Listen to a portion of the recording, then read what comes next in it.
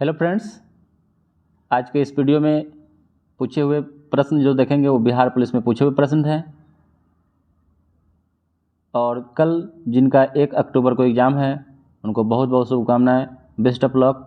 तो चलिए शुरू करते हैं। एग्ज़ाम से पहले या पूछे हुए प्रश्न देख लेते हैं। पहला प्रश्न है कि साहित्यक का शुद्ध रूप क्या होगा। साहित्यक का शुद्ध रूप क्या होगा? तो साहित्यक का शुद्ध रूप हो जाएगा साहित्यिक। ऑप्शन नंबर ए सही हो जाएगा। अगला प्रश्न है कि आंखों देखा गदर रचना की विधि क्या है। आंखों देखा गदर रचना की विधि क्या है? तो आंखों देखा रचना की विधा जो है ना, यह संस्मरण है। क्या है? संस्मरण है। अगला प्रश्न है कि जो कम बोलता है उसके लिए एक उपयुक्त शब्द बताना है। तो जो कम बोलता है उसे क्या कहते हैं? तो उसको मितभाषी बोलते हैं। और जो ज़्यादा बोलता है उसे वाचाल बोलते हैं। क्या बोलते हैं? वाचाल बोलते हैं। अगला प्रश्न है कि आचार्य रामचंद्र शुक्ल द्वारा रचित कविता की परख किस प्रकार का निबंध है। तो आचार्य रामचंद्र शुक्ल द्वारा रचित कविता की परख किस प्रकार का निबंध है? तो यह आपका समीक्षात्मक है। क्या है? समीक्षा उसमें बताया गया है, समीक्षा किया गया है तो समीक्षात्मक हो गया। ठीक है, चलिए अगला प्रश्न है कि रामचंद्र शुक्ल द्वारा रचित कविता की परख निबंध का मूल भाव क्या है। तो उस कविता का जो मूल भाव है, या ऑप्शन नंबर जो हो जाएगा सी हो जाएगा, कविता का मूल्यांकन करना। क्या हो जाएगा? कविता का मूल्यांकन करना। अगला प्रश्न है कि राम तजु पे गुरु न बिसारू और गुरु के सम हरि न निहारू उपयुक्त पंक्तियों में किसको महत्व दिया गया है। तो इसमें है ऑप्शन राम को, विश्व को, हरि को, गुरु को। तो इसमें जो विशेष महत्व दिया गया है वो आपका हरि को दिया गया है। किसको? हरि यानी भगवान को दिया गया है। अगला प्रश्न है कि दिए गए शब्द के पर्यायवाची शब्द का चयन करना है। रावण, रावण का पर्यायवाची क्या होगा? तो रावण को और किस नाम से जाना जाता था? रावण को दशानन भी कहा जाता था। तो बहुत ही आसान प्रश्न हो जाएगा, ऑप्शन नंबर डी हो जाएगा, इसका राइट आंसर हो जाएगा। अगला प्रश्न है कि किसी बात को अत्यधिक बढ़ाकर कहना वाक्यांश के लिए सही शब्द क्या होगा। तो किसी भी वाक्य को बढ़ाकर कहने के लिए उस वाक्यांश के लिए एक सही शब्द बताना है तो यह हो जाएगा अतिशयोक्ति। ठीक है, बात रहेगा छोटा, उसको बहुत बढ़ा चढ़ाकर कहना उसको अतिशयोक्ति बोलते हैं। अगला प्रश्न है कि चांद का मुंह टेढ़ा कृति के लेखक कौन है। तो चांद का मुंह टेढ़ा कृति के लेखक है तो चाचा से विशेषण बन जाएगा चचेरा हो जाएगा। ठीक है, अगला प्रश्न है कि change the flowing noun into verb. Illusion है। ठीक है, अब नाउन से वर्ब में जाना है इल्यूजन। तो इल्यूजन का मतलब हो जाएगा इल्यूड। क्या हो जाएगा? इल्यूड हो जाएगा। अगला प्रश्न है कि fill in the blank with suitable article का प्रयोग करना है इसमें। This is dash car I bought yesterday. तो क्या हो जाएगा इसमें? ऑप्शन नंबर द हो जाएगा। दिस इज द, यह वही कार है जिसको मैंने कल खरीदा। ठीक है, अगला प्रश्न है कि choose the right suffix for the given word brick. तो आपका सफिक्स का प्रयोग करना है। ठीक है, तो यहाँ जो इसका जो ऑप्शन नंबर जो हो जाएगा एन, क्या हो जाएगा? वीकेन हो जाएगा, WRECKEN, वीकेन हो जाएगा। ठीक है, अगला प्रश्न है कि find the suitable adjective of the given word. यहाँ एडजेक्टिव क्रिया विशेषण का प्रयोग करना है। एक्सप्लोजन, तो एक्सप्लोजन में क्रिया विशेषण आपको यहाँ बताना है। तो यहाँ का ऑप्शन नंबर से हो जाएगा एक्सप्लोसिव। क्या हो जाएगा? एक्सक्लूसिव। अगला प्रश्न है कि write the correct plural form of given word knife. Knife का प्लूरल फॉर्म आपको बताना है। तो इसका जो ऑप्शन नंबर जो हो जाएगा बी, एफ ही है तो वहाँ हटाकर क्या हो जाएगा? VES नैप्स हो जाएगा। ठीक है, अगला प्रश्न है कि correct antonym of underground word. तो what ever he writes is hazy. Hazy का एंटोनिम क्या हो जाएगा? तो हेजी का जो हो जाएगा ना हो जाएगा क्लियर। क्या हो जाएगा? क्लियर मतलब साफ। हेजी मतलब अगर मान लीजिए कि साफ नहीं है, ठीक है, तो क्लियर मतलब साफ सुथरा हो जाएगा। अगला प्रश्न है कि fill in the blank with the appropriate preposition. तो Suman is sitting dash her. तो Suman is sitting dash her, तो क्या हो जाएगा यहाँ पर? ऑप्शन नंबर से हो जाएगा Suman is sitting beside her हो जाएगा। अगला प्रश्न है कि use the correct synonym for underlined word. He taught the students to cultivate their minds. तो टॉट का जो प्लूरल आपको सिनोनिम बता। अगला प्रश्न है कि choose the correct option for negative to assertive transformation for the sentence given below. There happens to be no smoke without fire. तो there happens to be no smoke without fire, तो यहाँ जो option number जो हो जाएगा 19 का D हो जाएगा। What whenever there is smoke there is fire. ठीक है, अगला प्रश्न है कि करेक्ट सिनोनिम बताना है साई। साई मतलब शर्मिला होता है, तो साई का हो जाएगा यहाँ पर ऑप्शन नंबर जो हो जाएगा क्वाय हो जाएगा, COI क्वाय। ठीक है, साई मतलब शर्मिला, क्वाय मतलब भी शर्मिला ही होगा। ठीक है। अगला प्रश्न है कि कोई कार 80 किलोमीटर प्रति घंटा की चाल से चल रही है, तो 480 किलोमीटर की दूरी तय करने में कितना समय लेगा। तो क्या करना है, किलोमीटर है तो घंटा से क्या करना है, भाग दे देना है। तो यहाँ भाग दे देंगे तो आपका 6 घंटा हो जाएगा। 480 बटा 80, 8 से 8 छक 48, ठीक, 6 घंटा आ जाएगा। अगला प्रश्न है कि 5 के प्रथम 8 गुणज का योगफल क्या होगा। तो 5 के प्रथम 8 गुणजों का योगफल आपको बताना है।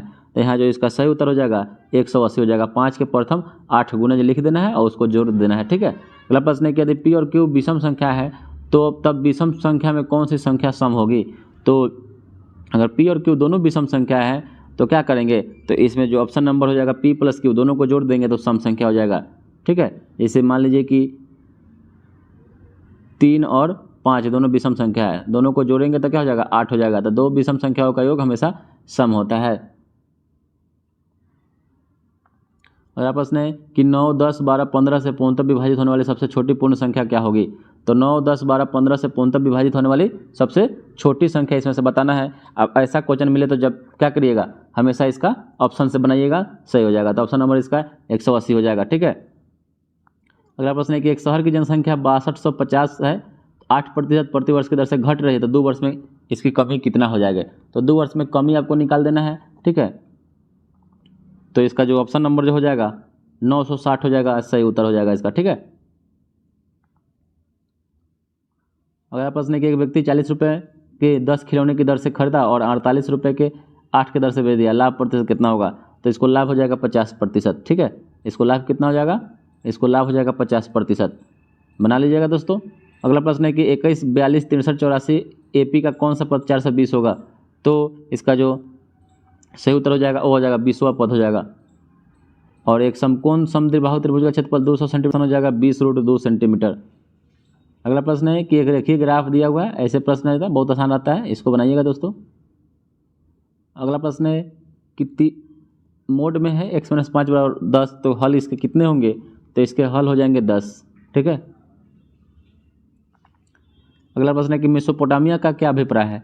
तो मेसोपोटामिया या इराक का पुराना नाम है। ठीक है, तो मेसोपोटामिया का मतलब होता है दजला फरात नदियों के बीच की उपजाऊ भूमि को मेसोपोटामिया कहते हैं। ठीक है, और यह दजला और फरात नदियों के बीच में यह सभ्यता उपजी थी, इसलिए इसको मेसोपोटामिया की सभ्यता भी कहा जाता है। और दजला और फरात नदियाँ कहाँ बहती है, तो इराक में बहती है, याद रखिएगा दोस्तों। ठीक है, इराक देश में बहती है।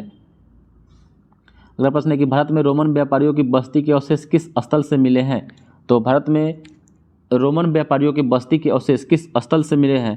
तो यह इसका जो स्थल मिला है वो अरिकमेडु से मिला है। कहाँ से मिला है, अरिकमेडु से मिला है। अगला प्रश्न है कि मध्यकालीन भारत में सरंजामी प्रणाली क्या थी। तो मध्यकालीन भारत में सरंजामी प्रणाली किसे कहते थे। तो यह कहते थे कि मराठों के अधीन भूमि अनुदान प्रणाली को सरंजामी प्रणाली कहते थे। मराठों के अधीन भूमि अनुदान प्रणाली को कहते थे सरंजामी प्रणाली। अगला प्रश्न है कि निम्नलिखित में से कौन सा तथ्य अहोम के बारे में नहीं है। अहोम, कौन सा तथ्य अहोम के बारे में नहीं है। तो यह हो जाएगा कि अहोम साम्राज्य को 2 वंशों में विभाजित किया गया था, जिसे पाइक कहा जाता था। तो यह आपका अहोम के बारे में गलत है। बाद बाकी अहोम समाज बहुत परिष्कृत था। अहोम राज्य जमींदारों की पुरानी राजनीतिक व्यवस्था को निर्माण भूयों समाप्त करके किया गया था, यानी जमींदारी को। अहोम राज्य बंधुआ मजदूरों पर निर्भर था। ये सब सही है, बाद बाकी पहला गलत है। अगला प्रश्न है कि सल्तनत काल में फवाजिल का अर्थ क्या होता था। तो सल्तनत काल में फवाजिल का अर्थ क्या होता था। फवाजिल इक़्तिदारों द्वारा सरकारी खजाने में जमा की जाने वाली अतिरिक्त राशि को फवाजिल कहा जाता था। अगला प्रश्न है कि कृष्णदेव राय ने अपनी माता के नाम पर विजयनगर के समीप किस उपनगर की स्थापना की थी। तो कृष्णदेव राय ने अपनी माता के नाम पर विजयनगर के समीप किस उपनगर की स्थापना की थी। तो उस शहर का नाम था नागलपुरम। क्या था, नागलपुरम। अगला प्रश्न है कि मोहम्मद गौरी ने जयचंद को किस युद्ध में पराजित किया था। तो मोहम्मद गौरी ने जयचंद को किस युद्ध में पराजित किया था। तो इस युद्ध का नाम था चंदावर का युद्ध, जो 1194 ईस्वी में लड़ा गया था। तराइन का प्रथम युद्ध 1191 में पृथ्वीराज चौहान और गौरी के बीच में हुआ था, जिसमें पृथ्वीराज चौहान जीत गए थे। दूसरा तराइन का द्वितीय युद्ध 92 में हुआ, जिसमें गौरी जीत गया, पृथ्वीराज चौहान हार गए। ठीक है, और तराइन का तृतीय युद्ध 1215 ईस्वी में हुआ था, ये भी बात याद रखिएगा। अगला प्रश्न है कि गोवा से पूर्व पुर्तगालियों की भारत में कौन सी राजधानी थी? गोवा से पूर्व पुर्तगालियों की भारत में कौन सी राजधानी थी? तो वह था कोचीन। क्या था? कोचीन, जो केरल में है। अगला प्रश्न है कि निम्नलिखित कथनों में से कौन सा एक गलत है? गोवा को 1987 में पूर्ण राज्य का दर्जा मिला, यह सही है। दीव खंबात की खाड़ी में एक टापू है, सही है। दमन और दीव को भारत के संविधान के 56वें संविधान संशोधन द्वारा गोवा से अलग कर दिया गया, यह भी सही है। और दादरा और नागर हवेली 1954 में तक फ्रांसीसी औपनिवेशिक शासन का अंतर्गत रहा था, यह आपका गलत है, यही आपका सही उत्तर हो जाएगा। अगला प्रश्न है कि किस ग्रह को पृथ्वी का जुड़वा ग्रह के रूप में जाना जाता है? किस ग्रह को पृथ्वी के जुड़वा ग्रह के रूप में जाना जाता है? तो पृथ्वी के जुड़वा ग्रह के रूप में शुक्र ग्रह को जाना जाता है। अगला प्रश्न है कि चट्टग्राम पहाड़ी क्षेत्र निम्न में से किस देश में पाए जाते हैं? तो चट्टग्राम पहाड़ी क्षेत्र निम्न में से किस देश में पाए जाते हैं? तो यह चट्टग्राम जो है ना, यह बांग्लादेश देश में यह पहाड़ी पाया जाता है। अगला प्रश्न है कि वेल्स, डाउन्स, पंपास किससे संबंधित है? तो वेल्ड है, डाउन्स है, पंपास है, यह आपका एक घास का मैदान है। क्या है? घास का मैदान है, जो डाउन्स कहाँ है? ऑस्ट्रेलिया में है। अगला प्रश्न है कि मैरियाना ट्रेंच डैश में है। मैरियाना जो गर्त है वह कहाँ है? तो मैरियाना गर्त या पश्चिमी महासागर यानी पश्चिमी प्रशांत महासागर में है। मैरियाना जो गर्त है यह पश्चिमी महासागर यानी पश्चिमी प्रशांत महासागर में है। अगला प्रश्न है कि भूगोल शब्द का प्रतिपादन किसने किया था? तो भूगोल शब्द का प्रतिपादन इराटोस्थेनीज को कहा जाता है। इराटोस्थेनीज ने किया था, इसलिए भूगोल का पिता इराटोस्थेनीज को कहा जाता है। अगला प्रश्न है कि गोदावरी, कृष्णा, कावेरी और बैगई डैश बहने वाली नदियाँ है, यानी कौन सी दिशा में बहने वाली नदियाँ है? तो गोदावरी, कृष्णा, बैगई का और कावेरी जो नदियाँ है यह आपका पूर्व की दिशा में बहने वाली है। कहाँ है? पूर्व की दिशा में बहती है नदियाँ। अगला प्रश्न है कि दिल्ली में शीतकाल की वर्षा किसके कारण होती है? तो जो दिल्ली में शीतकाल यानी ठंडे के दिनों में वर्षा जो होती है यह किसके कारण होती है? तो यह होता है पश्चिमी विक्षोभ के कारण। किसके कारण? पश्चिमी विक्षोभ के कारण। अगला प्रश्न है कि भारत का biosphere reserve Nanda Devi UNESCO की सूची में शामिल है या किस राज्य में है? तो नंदा देवी बायोस्फीयर रिजर्व जो है ना, यह किस राज्य में है? तो यह आपका उत्तराखंड राज्य में है। अगला प्रश्न है कि भारतीय संविधान को केंद्रीकृत प्रवृत्तियों वाला संघ के रूप में किसने परिभाषित किया था? तो भारतीय संविधान को केंद्रीकृत प्रवृत्तियों वाला संघ के रूप में किसने परिभाषित किया? तो यह आपका किया था आइवर जेनिंग्स ने। किसने? आइवर जेनिंग्स ने। अगला प्रश्न है कि मत यानी वोट देने का अधिकार भारतीय संविधान के किस अनुच्छेद में है? तो ये आपका वोट देने का अधिकार अनुच्छेद 326 में है और 324 में चुनाव आयोग, निर्वाचन आयोग है। अगला प्रश्न है कि भारतीय संविधान के किस भाग को डॉक्टर भीमराव अंबेडकर द्वारा भारत की एक अद्वितीय विशेषता कहा गया है? तो यह ग्रुप डी 1 नवंबर को पूछा हुआ क्वेश्चन है। तो भारतीय संविधान के किस भाग को डॉक्टर भीमराव अंबेडकर द्वारा संविधान की एक अद्वितीय विशेषता कहा गया है? तो इसका जो सही उत्तर हो जाएगा वह हो जाएगा राज्य के नीति निषेधक तत्वों को। ठीक है, और डॉक्टर भीमराव अंबेडकर ने अनुच्छेद 32 को भारतीय संविधान की आत्मा कहा है, भी बात याद रखिएगा। अगला प्रश्न है कि भारतीय संविधान के अनुसार निम्न में से कौन सा एक संवैधानिक निकाय है? तो संवैधानिक निकाय वित्त आयोग जो है, वित्त आयोग एक संवैधानिक निकाय है, सही है। राष्ट्रीय विकास परिषद योजना आयोग यह नहीं है, तो ऑप्शन नंबर ए सही हो जाएगा। वित्त आयोग जो है अनुच्छेद 280 में है और राष्ट्रीय विकास परिषद की स्थापना 6 अगस्त 1952 को हुआ था। योजना आयोग का स्थापना जो 15 मार्च 1950 को हुआ था, 1950 को हुआ था। योजना आयोग की जगह पर नीति आयोग लागू हुआ है 1 जनवरी 2015 से। अगला प्रश्न है कि विश्व की प्रथम महिला प्रधानमंत्री किस देश की बनी थी? तो श्री भंडार नायको यह श्रीलंका की बनी थी, 1960 ईस्वी में बनी थी। ठीक है। अगला प्रश्न है कि भारतीय संविधान का निम्नलिखित में से कौन सा अनुच्छेद कानून के समक्ष समानता का अधिकार रखता है? तो समानता का 2014 से 18 में है, तो चलिए इसका ऑप्शन देखते हैं। समानता अनुच्छेद 14 में हो जाएगा और अनुच्छेद 17 में क्या है? तो छुआछूत का अंत है। अगला प्रश्न है कि भारतीय संविधान का अनुच्छेद 43A उद्योगों के प्रबंधन में श्रमिकों की भागीदारी किससे संबंधित है? तो अनुच्छेद 43A उद्योगों के प्रबंधन में श्रमिकों की भागीदारी किससे संबंधित है? तो ये इसका जो सही उत्तर हो जाएगा राज्य के नीति निषेधक तत्व, जो 36 से 51 अनुच्छेद तक इसमें राज्य का नीति निषेधक तत्व आता है, जो भारतीय संविधान में आयरलैंड से ग्रहण किया गया है। आयरलैंड से ग्रहण किया गया है, ठीक है, और आयरलैंड ने इसको स्पेन से ग्रहण किया था। अगला प्रश्न है कि भारतीय संविधान का अनुच्छेद 134A सर्वोच्च न्यायालय में अपील के लिए प्रमाण पत्र किससे संबंधित है? तो भारतीय संविधान का अनुच्छेद 134A सर्वोच्च न्यायालय में अपील के लिए प्रमाण पत्र किससे संबंधित है? तो इसका जो सही उत्तर हो जाएगा वो हो जाएगा संघ सरकार से। ठीक है। अगला प्रश्न है कि यदि सरल रेखीय पूर्ति वक्र का क्षैतिज अक्ष पर अंतःचाप ऋणात्मक हो तो पूर्ति की लोच का मान क्या होगा? यदि सरल रेखीय पूर्ति वक्र का क्षैतिज अक्ष पर अंतःचाप जो ऋणात्मक होगा तो पूर्ति की लोच का मान क्या होगा? तो पूर्ति की लोच का मान 1 से अधिक होगा। अगला प्रश्न है कि निम्नलिखित में से कौन सा अप्रत्यक्ष कर नहीं है? अप्रत्यक्ष कर, तो अप्रत्यक्ष कर में आता है वित्त, उसीम, ठीक है, वित्त कर, तट कर, उत्पाद शुल्क, सीमा शुल्क, मनोरंजन कर। ठीक है, तो इसमें से बताना है कौन सा अप्रत्यक्ष कर नहीं है। तो अप्रत्यक्ष कर आपका निगम कर जो है ना, यह अप्रत्यक्ष कर है। बाकी जीएसटी, वेट और सीमा शुल्क ये सब आपका अप्रत्यक्ष कर है।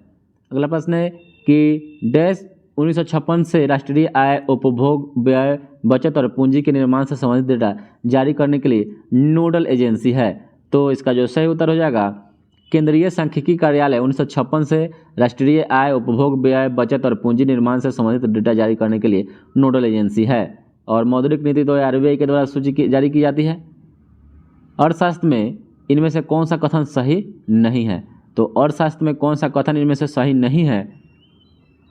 तो बोल रहा है कि औसत नियत लागत वक्र का ढलान नीचे की ओर होता है। सही है। लंबे समय में सभी इनपुट फिक्स्ड होते हैं, नहीं, ये बदलते रहते हैं, तो ये गलत है। और कुल लागत कुल प्रतिवर्ती लागत और कुल नियत लागत का योग होता है। और अल्पकालीन सीमांत लागत और औसत प्रतिवर्ती लागत और अल्पकालीन औसत लागत के वक्र यू आकार के होते हैं। सही है। बाद बाकी ऑप्शन नंबर बी आपका गलत है। अगला प्रश्न है कि म्यांमार की मुद्रा का क्या नाम है? तो म्यांमार की राजधानी नई पैताव है और म्यांमार को पहले वर्मा के नाम से जाना जाता था। म्यांमार की पहले राजधानी रंगून थी, अब नई पैताव हो गई है। मुद्रा यहाँ का कयात है। अगला प्रश्न है कि पादप कोशिका में निम्न में से किसमें विभाजन की क्षमता होती है? तो पादप कोशिका में निम्न में से किसमें विभाजन की क्षमता होती है? तो अकॉर्डिंग टू ऑप्शन हो जाएगा शीर्षस्थ विभाज्योतक जो होता है ना, मतलब विभाज्योतक होता है, इसी में विभाजन यानी बंटने की क्षमता होती है। अगला प्रश्न है कि रुधिर तो इसका सही उत्तर हो जाएगा विलियम हार्वे। और रक्त परिसंचरण खोज 1628 में किए थे विलियम हार्वे के द्वारा। अगला प्रश्न है कि वंशानुगत रूपांतरण की इकाई को क्या कहते हैं? तो वंशानुगत रूपांतरण की इकाई को क्या कहते हैं? तो इसको जीन कहा जाता है, जीन। ठीक है, जीन शब्द का सर्वप्रथम प्रयोग जोहानसन ने 1909 ईस्वी में किया था। केंद्रक का खोज रॉबर्ट ब्राउन के द्वारा किया गया था। और कोशिका का जीन सबसे छोटी इकाई कोशिका जो होती है, ठीक है, रॉबर्ट हुक के द्वारा इसका कोशिका का पता लगाया गया था सर्वप्रथम मृत कोशिका में 1665 ईस्वी में। अगला प्रश्न है कि निम्न में से कौन सा हार्मोन को आपातकाल का हार्मोन कहा जाता है? यानी इमरजेंसी हार्मोन किसे कहते हैं?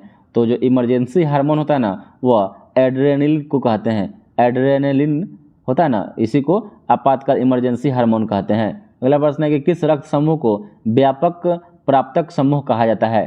तो व्यापक प्राप्तक समूह किसको कहा जाता है? तो यह AB को कहा जाता है, सर्वग्राही AB को कहा जाता है। O को सर्वदाता रक्त समूह कहते हैं। प्राप्तक है यानी ले रहा है। अगला प्रश्न है कि फूल का सबसे बाहरी आवरण जो जनन अंगों की रक्षा करता है, फूल का सबसे बाहरी आवरण जो जनन अंगों की रक्षा करता है, उसको क्या कहा जाता है? उसको बाह्य दल पुंज कहा जाता है।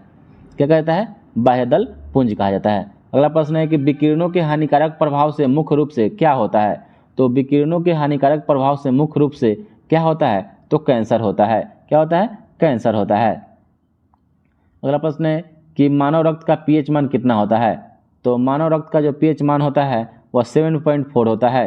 कितना होता है? 7.4 होता है। अगला प्रश्न है कि निम्न में से कौन सी ग्रीन हाउस गैस नहीं है? तो निम्न में से कौन सी ग्रीन हाउस गैस नहीं है? तो ये आपका जो हो जाएगा ऑप्शन नंबर इसका जो डी हो जाएगा, नाइट्रोजन जो है ना, यह ग्रीन हाउस गैस नहीं है, जबकि CO2, मीथेन और सल्फर डाइऑक्साइड यह आपका ग्रीन हाउस गैस है। अगला प्रश्न है कि हड्डी को पेशी से जोड़ता है उसको क्या कहते हैं? यानी हड्डी को मांसपेशी से जोड़ता है उसको क्या कहते हैं? तो हड्डी को मांसपेशी से जोड़ता है उसको कंडरा कहते हैं। और हड्डी को हड्डी से जोड़ता है उसको लिगामेंट कहते हैं। ठीक है, हड्डी को अगर हड्डी से जोड़ेगा उसको लिगामेंट कहेंगे, और हड्डी को मांसपेशी से जोड़ता है उसे कंडरा बोलते हैं। अगला प्रश्न है कि एक लड़के द्वारा 1 किलो की वस्तु को ऊपर की दिशा में 1 मीटर दूर तक उठाए जाने पर लड़के के द्वारा किया गया कार्य होगा। तो लड़के के द्वारा किया गया कार्य 0 जूल हो जाएगा, क्योंकि कॉस ऊपर उठा के रखा है तो कॉस 90 का मान 0 होता है, इसलिए यहाँ पर क्या हो जाएगा, लड़के के द्वारा कोई भी कार्य, क्योंकि कार्य बराबर W बराबर FS कॉस थीटा होता है, कॉस थीटा, और वह मान लीजिए ऊपर सर पर रखा है तो वहाँ पर क्या हो जाएगा, कोण वहाँ पर 90 डिग्री, तो यहाँ पर कॉस 90 का मान 0 होता है, इसलिए कोई कार्य उसके द्वारा नहीं किया गया है। अगला प्रश्न है कि वह गुण जिस कारण कोई पदार्थ वायुमंडल की नमी को सोख लेता है, वह गुण जिस कारण कोई पदार्थ वायुमंडल की नमी को सोख लेता है उसको क्या कहते हैं? तो उसको कहा जाता है प्रस्वेदन कहा जाता है। क्या कहता है? प्रस्वेदन कहा जाता है। अगला प्रश्न है कि कौन सा उपकरण विद्युत ऊर्जा को यांत्रिक ऊर्जा में परिवर्तित, जो यंत्र विद्युत ऊर्जा को यांत्रिक ऊर्जा में बदलता है उसको इलेक्ट्रिक मोटर कहते हैं। ठीक है। अगला प्रश्न है कि 3 रेसिस्टेंस जो हर एक 2 ओम के हैं को परिमेय में 3 ओम का प्रभावी रेसिस्टेंस पैदा करने के लिए कैसा जोड़ा जाना चाहिए? तो इसको 2 रेसिस्टेंस समांतर संयोजन में और एक को श्रृंखला यानी श्रेणी क्रम में संयोजन कर देंगे तो 3 ओम का प्रभावी रेसिस्टेंस पैदा हो जाएगा।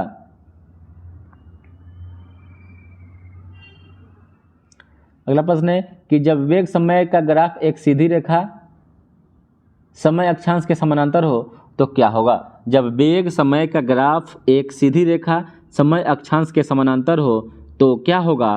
तब वहाँ त्वरण शून्य हो जाएगा। अगला प्रश्न है कि एक वस्तु सीधी रेखा में 40 मीटर पर सेकंड के वेग से चलते हुए 4 मीटर पर सेकंड स्क्वायर त्वरण से बढ़ता है तो उस वस्तु की 10 सेकंड के बाद गति क्या होगी?